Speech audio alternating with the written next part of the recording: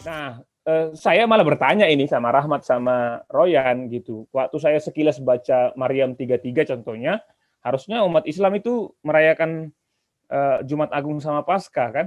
Karena pada saat saya wafat dan saya dibangkit gitu ya, itu kalimatnya gitu. Gimana kira-kira menurut Rahmat dan Royan? Nah, ini ditanya balik teman-teman Muslim nih. Gimana harusnya ngerayain Paskah juga? Gimana respon Kak Rahmat?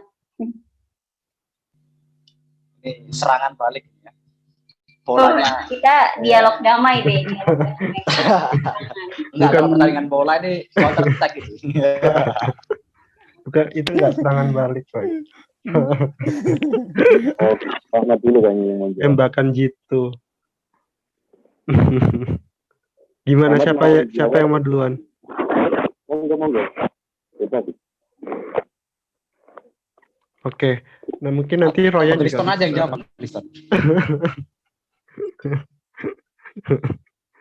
Kalau Bang Riston kan sudah Krislam ya. Nah, kalau nanti mungkin Royan juga bisa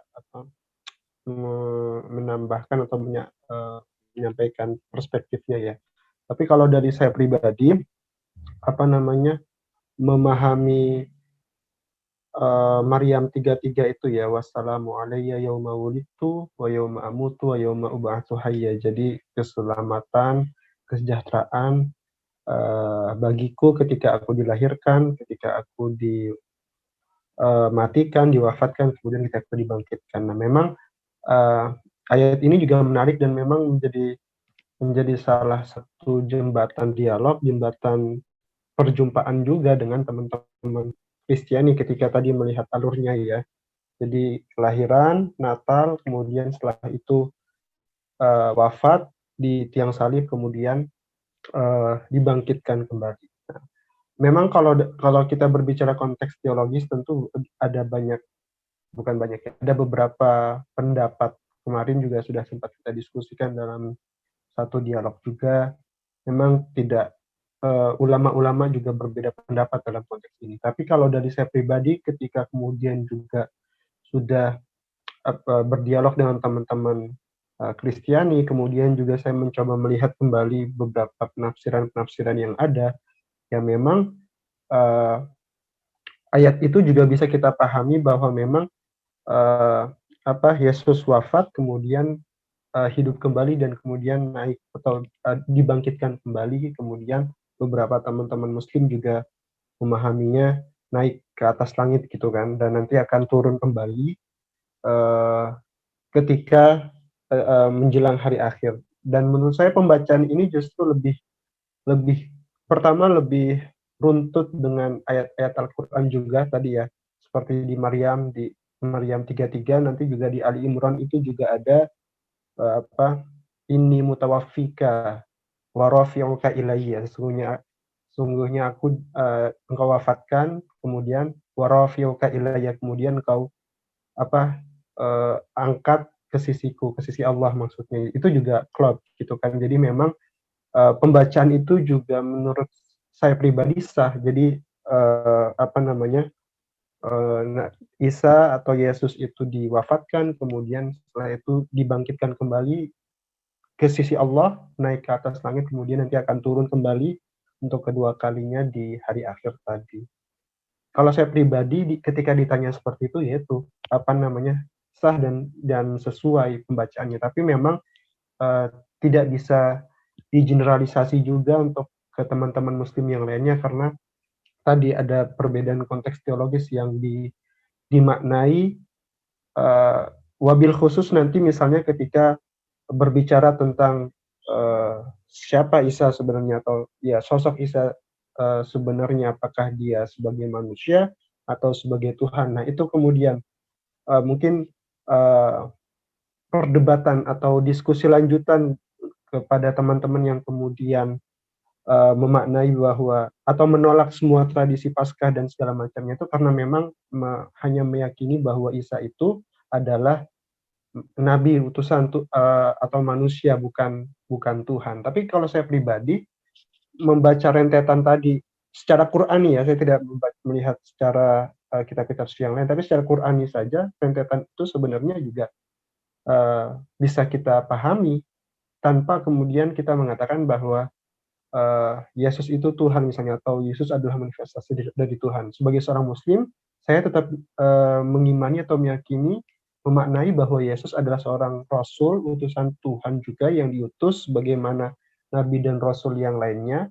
Kemudian dia dalam proses sejarah, dia kemudian diwafatkan, kemudian dia bangkit kembali dan dia berada di sisi Tuhan, untuk kemudian di hari akhir dia akan turun kembali, ya, dan seterusnya ketika kiamat terjadi. Mungkin itu kalau yang bisa saya refleksikan dan juga saya maknai ya. Tentu kembali lagi makna ini bisa berbeda ke teman-teman Muslim yang lainnya, seperti itu. Kalau Kak Royan gimana, Kak? Suara saya jelas ya, semoga nggak kemarahan.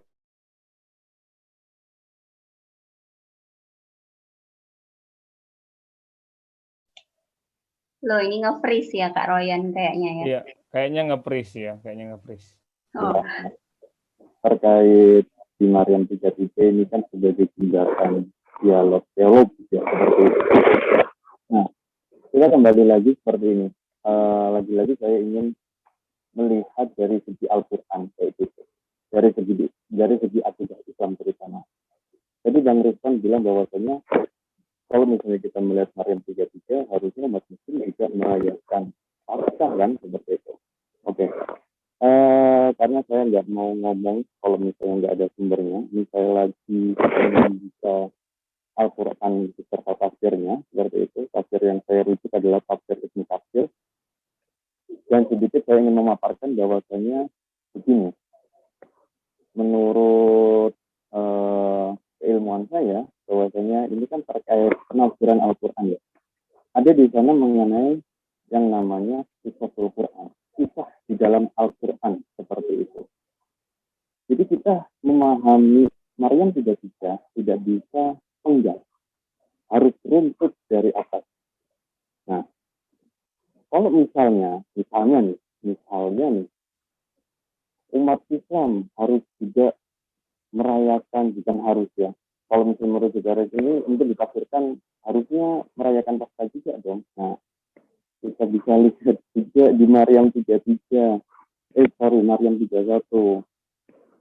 Di sini bunyinya itu, kalau terjemahannya, dan dia memerintahkan kepadaku salat dan menunaikan zakat sama aku hidup. Satu, salat sama zakat. Terus kemudian kita ketiga dua, dan berbakti kepada ibuku. Kita agak naik lagi sebelumnya dia Maryam 31 juga, dan dia menjadikan seorang yang diberkati di mana saja aku berada. Terus kemudian yang ke Maryam 30 ini, berkata Isa, sesungguhnya aku ini hamba Allah.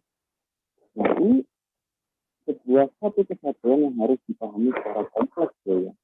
Tidak bisa kalau misalnya di dalam akidah Muslim itu mengambil hanya salah satu ayat saja. Jadi mengambil cuma ayat 33 yang dikatakan bahwasanya terjemahannya itu, dan kesejahteraan semoga dilimpahkan kepadaku pada hari aku dilahirkan, pada hari aku meninggal, dan pada hari aku dibangkitkan hidup kembali.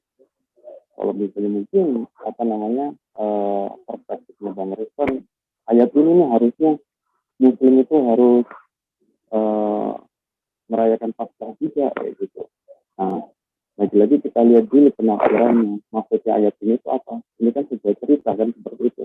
Cerita dari kesatuan tadi tentang pertama kali kalau di Al-Quran ya, kita itu mendapatkan Injil, terus kemudian dikasih perintah sama Allah sampai ke ayat 33 ini apa sih? Kalau misalnya di dalam tafsir itu ibrahnya itu apa? Nilainya itu apa sih? Nah, saya mengutip dari tafsir Ibnu Katsir, ini dikatakan seperti ini.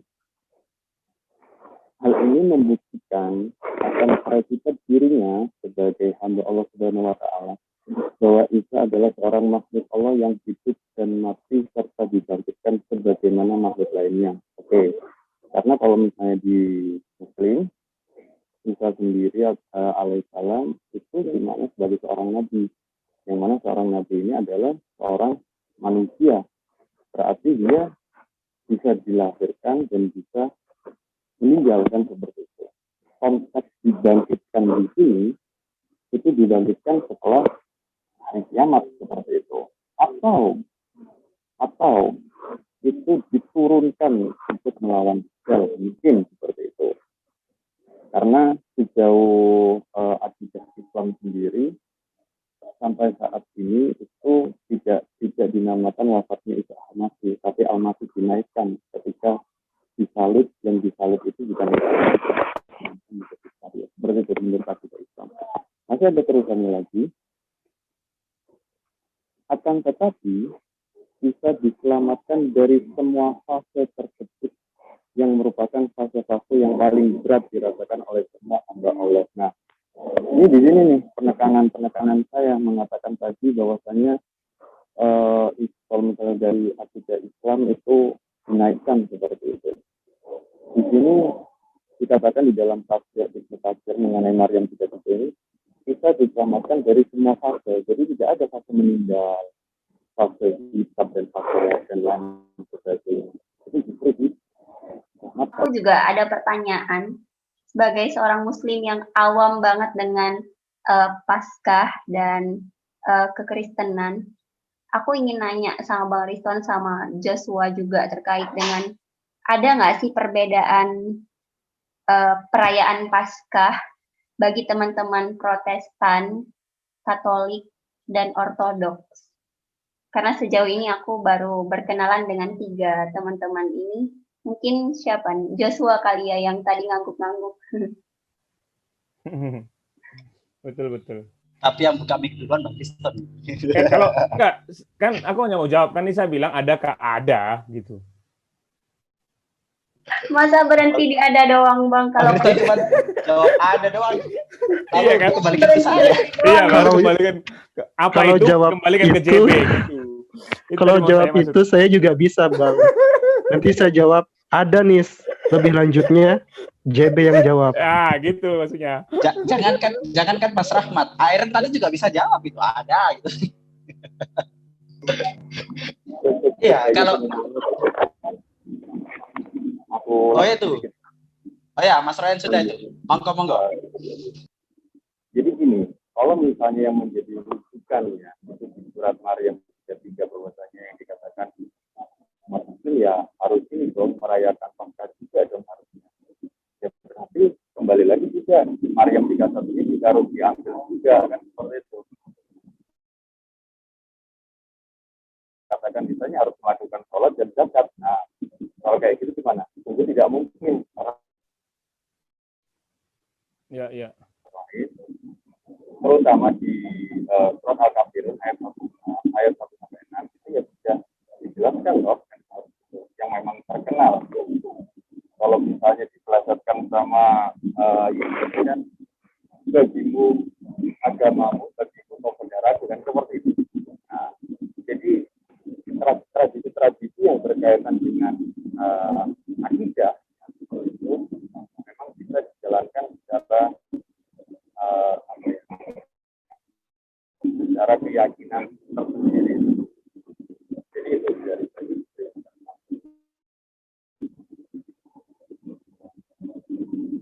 Nisa perlu perlu meringkas karena jujur ada beberapa hal yang nggak dapat karena suara. Iya, aku kayaknya perlu minta tolong Kak Rahmat ini untuk meringkas karena tadi kalian banyak ngejelasin ayat-ayat, tafsir dan aku kalau meringkas takut salah nanti. Kayak Kak Rahmat lebih nyambung. Ayo Kak Rahmat, aku lemparkan. Kalau gitu mah emang mudah melemparkan kayak tadi juga. Lempar batu sembunyi tangan ya. Apa namanya? Kalau yang kutangkap tadi memang Royan kan mencoba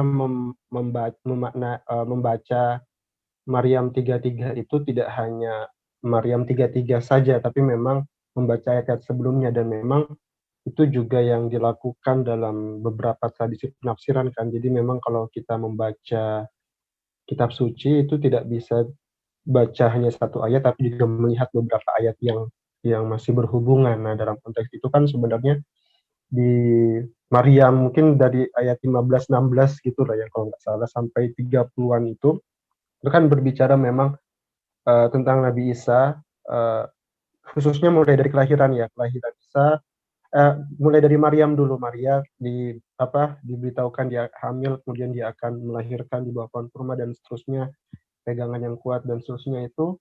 Nah, sampai nanti kemudian Isa lahir, kemudian itulah muncul mukjizat ketika Isa masih bayi, kemudian dia mengatakan ke orang-orang di sekitar mereka bahwa aku ini adalah utusan Allah, ini Abdullah, dan seterusnya, kemudian memberikan nasihat, perintah untuk sholat, bayar zakat, dan berbakti kepada kedua orang tua. Baru di akhir kemudian ditutup dengan keselamatan, kesejahteraan bagiku ketika aku dilahirkan, ketika aku dimatikan, dan ketika aku dibangkitkan kembali. Tapi memang tadi Royan mengatakan, dia mengutip di tafsir Ibnu Katsir ya, bahwa penjelasan dari Ibnu Katsir mengenai hal itu, bahwa salah satunya mungkin yang aku dapat tadi juga ada beberapa yang trouble ya, dan aku belum ngecek lagi ke kitab Ibnu Katsirnya secara langsung, tapi memang salah satu juga yang dimaknai bahwa memang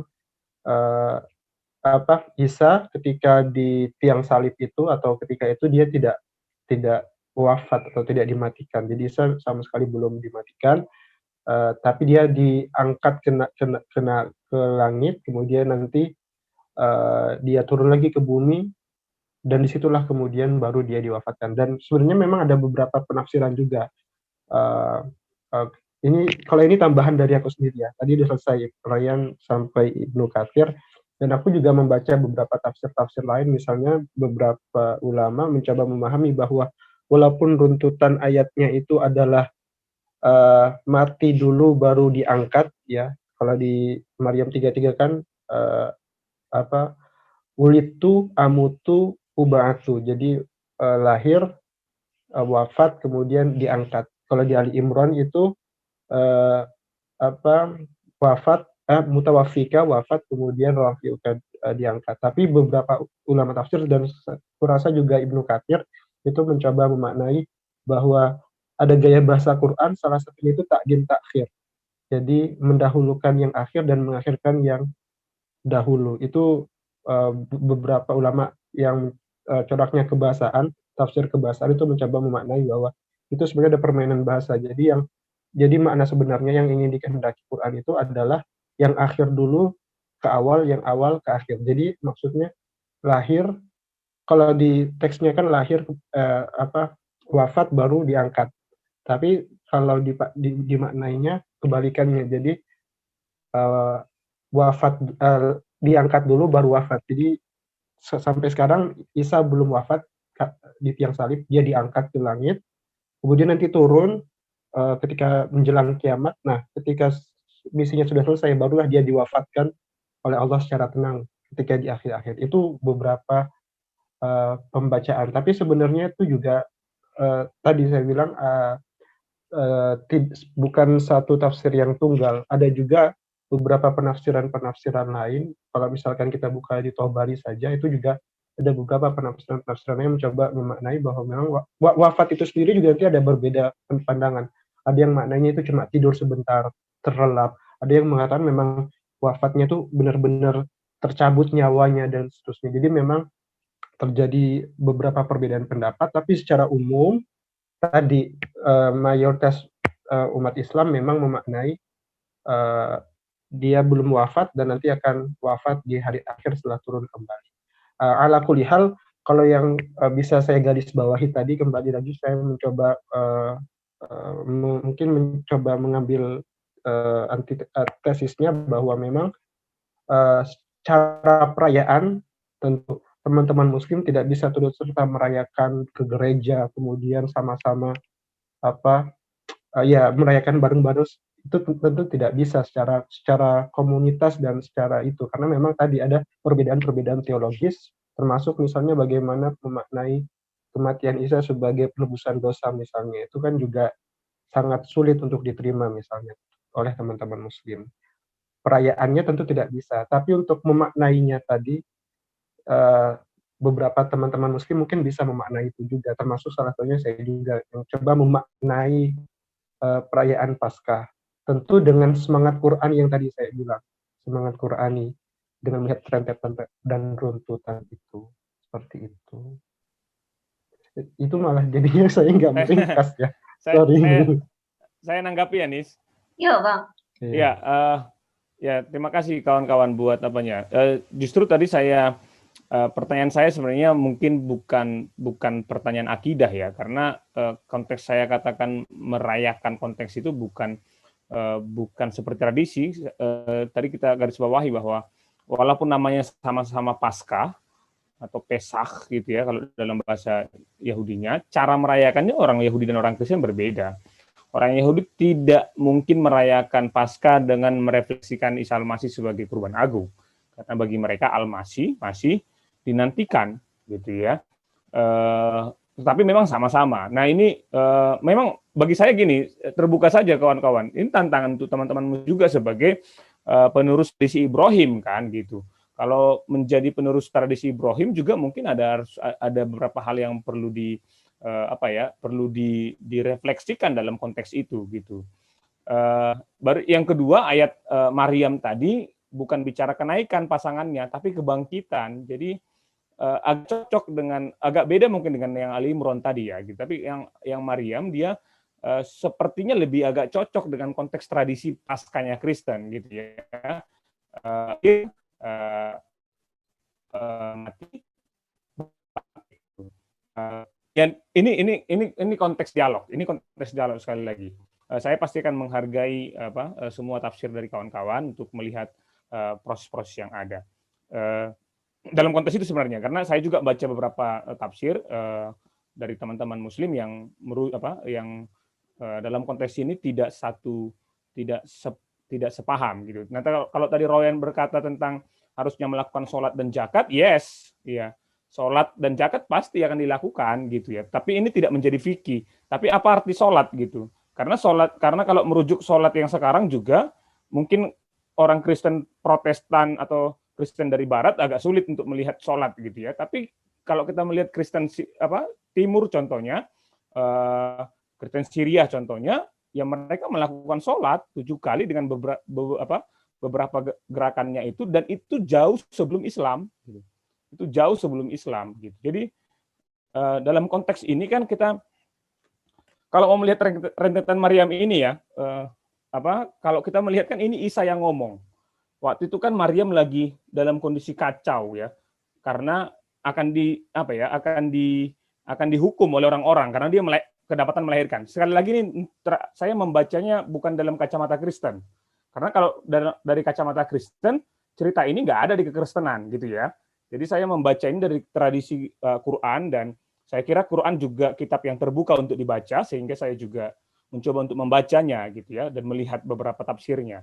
Dan ketika Maryam dalam kondisi hampir dihakimi, karena hukumnya kan sama ya. Hukumnya kalau merujuk ini kisah Yahudi, kisahnya karena Maryam orang Yahudi, kisahnya kalau melahirkan di luar nikah berarti jinah kan, berarti hukumnya rajam gitu. Nah ketika ini ada mujizat kan di situ. Mujizatnya adalah Quran mencatat bahwa Isa ngomong, dan Isa melakukan pembelaan.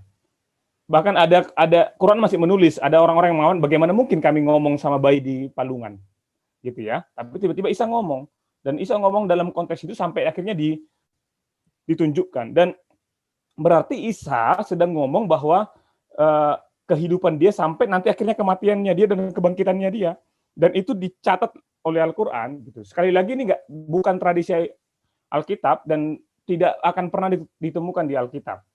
Khusus tradisi ini ya, nanti di Al-Imran agak ada sedikit kedekatannya, contohnya peran Maria dan lain sebagainya itu agak sedekat agak ada berapa singgungannya. Tapi kisah di Maryam ini sampai ke ketiga-tiga itu pasti kan sangat sulit ditemukan di tradisi Alkitab. Mungkin di tradisi-tradisi Kristen yang lainnya mungkin masih bisa dicari ya. Aku pernah baca ada yang bisa mendialogkan itu gitu. Nah itu makanya pentingnya banget, sehingga konteksnya saya tadi kata itu mungkin pasca jangan dianggap jadi doktrin Kristen gitu. Kalau begini ayatnya kita baca, mungkinkah juga orang pembaca Quran akan juga merefleksikan tentang kematiannya dan kebangkitannya, karena itu dicatat dalam Al-Quran. Di situ sebenarnya pertanyaan saya gitu. Memang lagi-lagi pertanyaan itu memang pertanyaan apa ya? Pertanyaan reflektif dalam dialog sih ya. Jadi tidak saya menghargai, saya tahu penafsiran itu sekali lagi saya kan juga membaca beberapa penafsiran itu gitu. Tapi memang teksnya kan memang ada, dan teks itu kan sangat terbuka untuk dibaca gitu. Dan dalam hal ini kita sedang tidak bahas Isa sebagai Tuhan kan. Gitu. Sedang tidak itu, sedang mau melihat konteks ayat Quran itu. Pertanyaan saya tadi kalau soal makna Paskah dalam Kristiani, JB sudah jelas lah, karena JB kan lebih Kristiani lah gitu daripada saya. Udah jelas baik ya, itu bicara tentang refleksi penyelamatan ya, itu bicara tentang refleksi hadirnya Mesias, sang juru selamat gitu. Kekristenan pasti final di situ ya. Nah, yang tadi saya lakukan adalah saya sebagai pembaca Quran yang mungkin outsider dari Islam gitu. Tetapi kan Quran juga kita sepakati adalah kitab yang terbuka ya. Quran bukan kitab yang tertutup. Jadi sama seperti Alkitab juga kitab yang terbuka yang semua orang bisa baca dan masuk ke dalam diskursus pembacaan kitab suci itu gitu. Dan saya juga memaknai Quran juga demikian, dan pembahasan ini tidak bisa ditutup hanya sekedar kita ngomong akidah karena teksnya ada gitu loh. Jadi memang tapi semua konsep tafsir itu bisa kita bukakan, dan saya pikir ya diskusi kita sangat bagus, dan kita sudah membukakan beberapa konsep-konsep itu, dan lagi memang kita sedang tidak mau menyimpulkan dalam satu konsep apapun kan gitu. Tapi ini menarik karena kalau hanya ngomong kita di dialog ini hanya ngomong tentang penjabarannya JB tadi dan terus kita tanggapi, ya sudah, itu udah makan-makan sehari-hari kan. Gitu. Jadi kalau bisa ada yang lebih mungkin sedikit kita diskusikan lebih dalam. Ya, makasih Royan, makasih Rahmat, makasih Nisa. Makasih Bang Riston, ini pertanyaan reflektif dari Bang Riston bisa jadi renungan mendalam nih bagi teman-teman Muslim semua ya. Besok udah mau Paskah, Jumat Agung maksudnya. BTW pertanyaan aku yang tadi jadi dijawab nggak nih, yang perbedaan JB nih kayaknya. Mau kuulangi supaya nanti ngeditnya. Jadi ada, silakan JB menjelaskan gitu. Terima kasih Bang Riston. Sangat jelas itu jawabannya, Bang.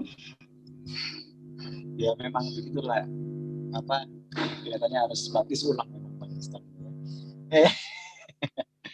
Ya, menarik yang dijelaskan dari Mas Rahmat dan juga Mas Royan tadi.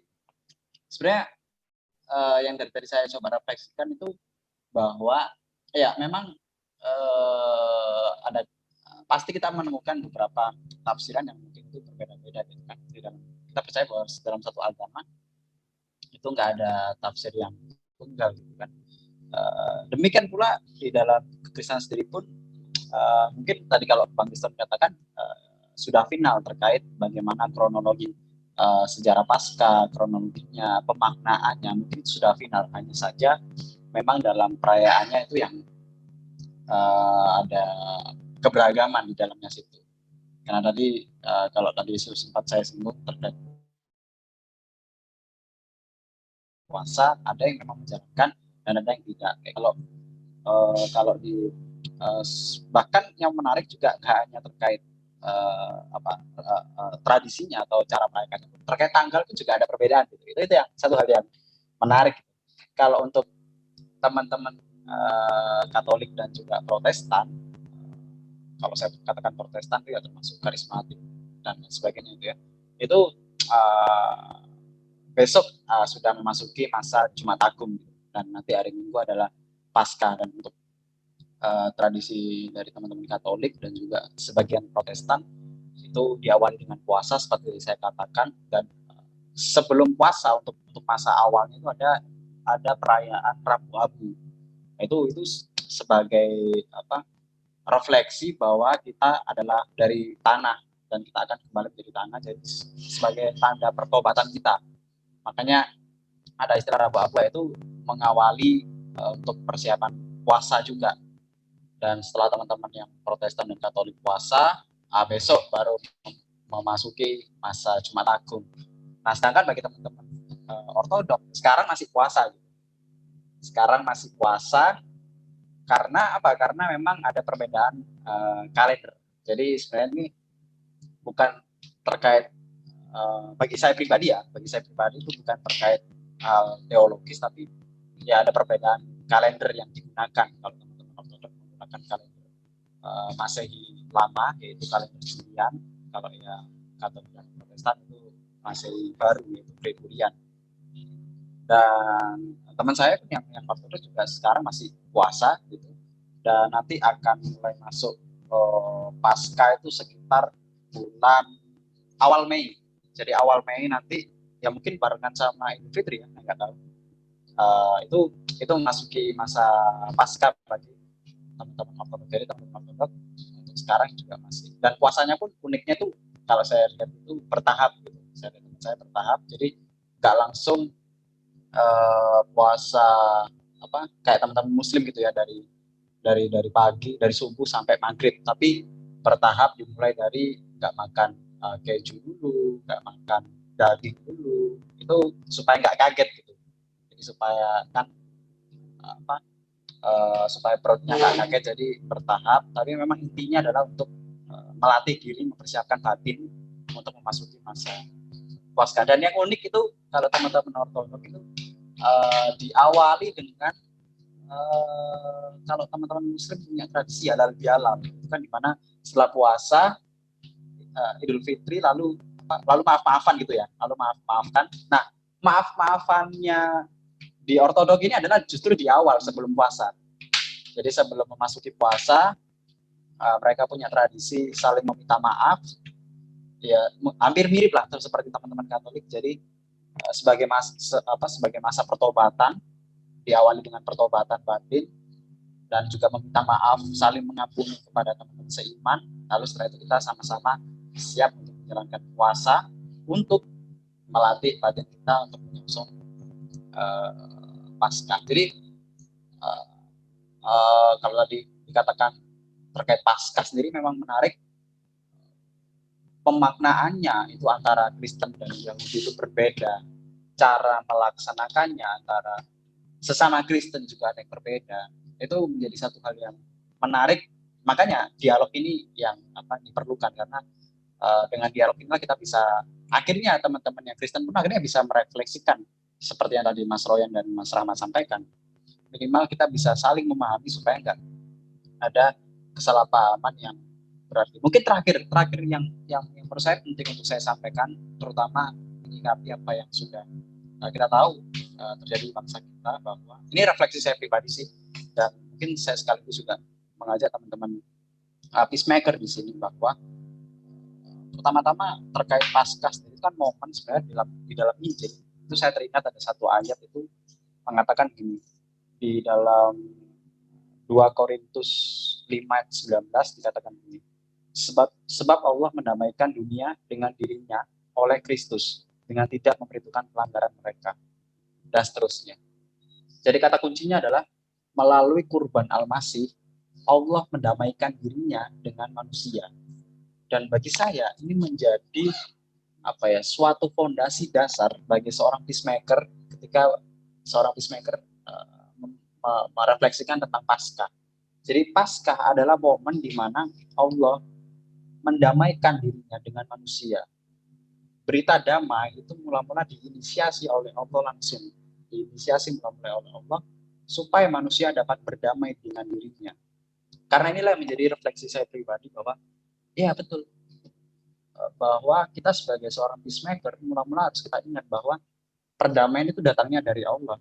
Bahkan melalui Paskah, pengorbanan Al-Masih, perdamaian antara Allah dengan manusia itu boleh dihadirkan. Dan kita sebagai agen-agen perdamaian, itulah yang perdamaian seperti itulah yang kita bawa di tengah umat manusia yang mungkin kita sedang mengalami duka karena aksi beberapa hari yang lalu. Tapi justru itu menjadi cambukan, terutama bagi saya dan mungkin teman-teman Kristiani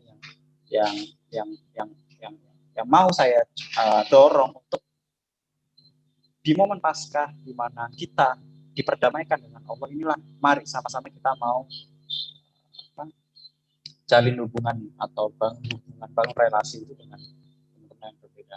Mungkin ini sedikit refleksi lah dari saya di momen Paskah ini. Gitu kan.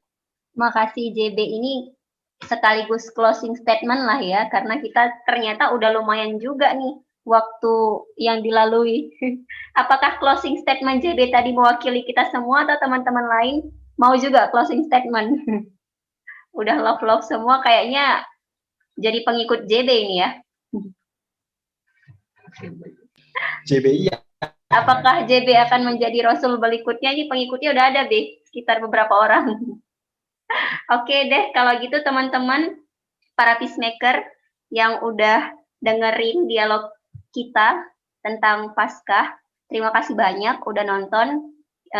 Jangan lupa, seperti biasanya kita mohon dukungannya untuk di like, di subscribe, dan bantu kita terus untuk nyebarin konten perdamaian ini dengan di-share ke teman-teman semuanya. Dan salam shalom, sampai jumpa di dialog berikutnya.